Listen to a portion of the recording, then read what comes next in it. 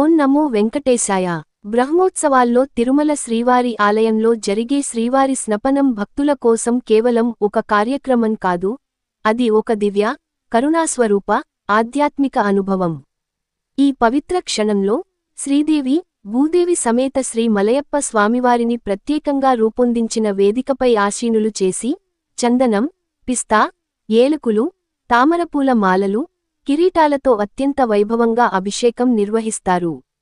వేదపండితులు శ్రీసూక్తం, భూసూక్తం, పురుషసూక్తం, నీలాసూక్తం, నారాయణ సూక్తం వంటి పవిత్ర మంత్రాలను పఠిస్తూ, అర్చకులు పాలు, పెరుగు, తేనె, కొబ్బరినీళ్లు, పసుపు, చందనం తదితర దివ్య సుగంధ ద్రవ్యాలతో స్వామివారి శరీరాన్ని పవిత్రం చేస్తారు.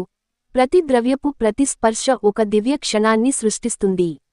రంగురంగుల ఆర్కిడ్ పుష్పాలు, తామరపూల మాలలు, ప్రత్యేక అలంకరణలు, వేదికపై కిరీటాలు, భక్తుల ఉత్సాహం, ప్రతి చిత్రంలోని ప్రతి క్షణం శ్రీవారి వైభవాన్ని, దివ్యకాంతిని, ఆధ్యాత్మిక శక్తిని నేరుగా మన హృదయానికి చేరుస్తుంది. ఈ స్నపనం కేవలం భక్తులకే కాక, ప్రతి దృష్టికి ఆధ్యాత్మిక అనుభూతి, శాంతి, మంతనాత్మక స్పర్శను అందిస్తుంది.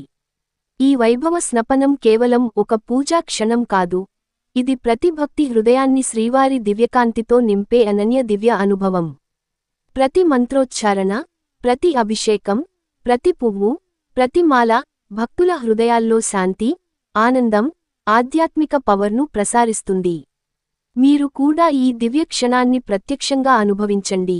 శ్రీ వెంకటేశ్వరుని కృపను సాక్షాత్కరించండి. ఈ దివ్య క్షణాలను మిస్ అవ్వకండి. మా యూట్యూబ్ ఛానల్ తిరుమల యాత్ర ను సబ్స్క్రైబ్ చేయండి. ఓం నమో వెంకటేశాయ.